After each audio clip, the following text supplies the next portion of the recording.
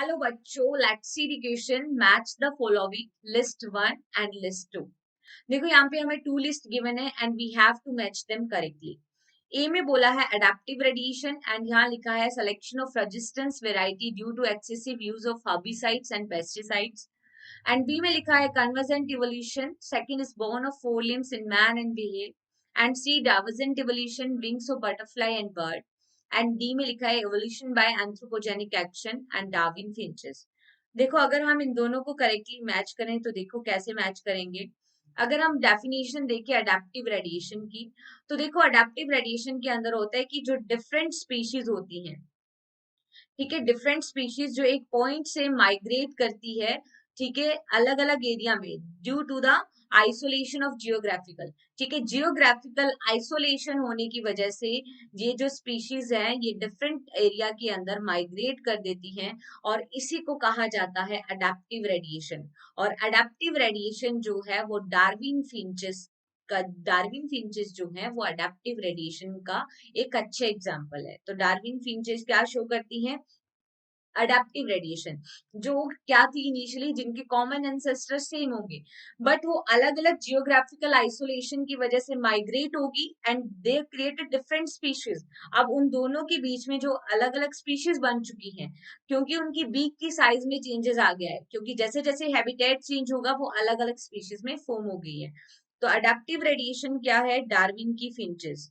तो यहाँ पे ए में 4 आएगा, तो ए में 4 केवल एक ही ऑप्शन में गिवन है। तो देखो ए बी और सी तो यहीं से क्या हो गया? रिजेक्ट हो गई और करेक्ट आंसर क्या आ गया? डी आ गया। बट हमें बाकी सभी को भी मैच करना है पहले, फिर हम यहाँ पे करेक्ट आंसर को टिक करेंगे, राइट। तो अगर हम बाकी सबको मैच करें तो देखें, सेकंड है कन्वर्जेंट इवोल्यूशन। कन्वर्जेंट इवोल्यूशन में हम देखते हैं कि जिनका ओरिजिन जो है वो डिफरेंट होता है बट उनका फंक्शन सेम होता है। फंक्शन क्या रहता है? सेम होता है और ओरिजिन क्या है? डिफरेंट। तो वो कौन से टाइप का एवोल्यूशन शो करेंगे?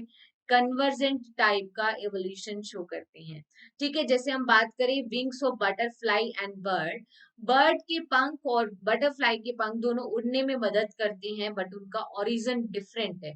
दैट्स वाई वो कौन सा एवोल्यूशन शो करेंगे? Convergent evolution. तो बी में क्या आएगा? बी में आएगा थर्ड। देन नेक्स्ट है divergent evolution and divergent evolution convergent evolution का जस्ट अपोजिट होता है। डाइवर्जेंट इवोल्यूशन के अंदर हम देखते हैं इनका ओरिजिन क्या रहता है? इनका ओरिजिन सेम होता है एंड फंक्शन जो होता है, इनका फंक्शन डिफरेंट होता है, राइट। तो हम देखते हैं कि अलग अलग एरिया में क्या हो जाते हैं? डाइवर्सिफाइड हो जाते हैं और ये कौन सा एवोल्यूशन शो करते हैं? Divergent evolution. डाइवर्जेंट इवोल्यूशन जैसे कि bones of fore limb in man and whale.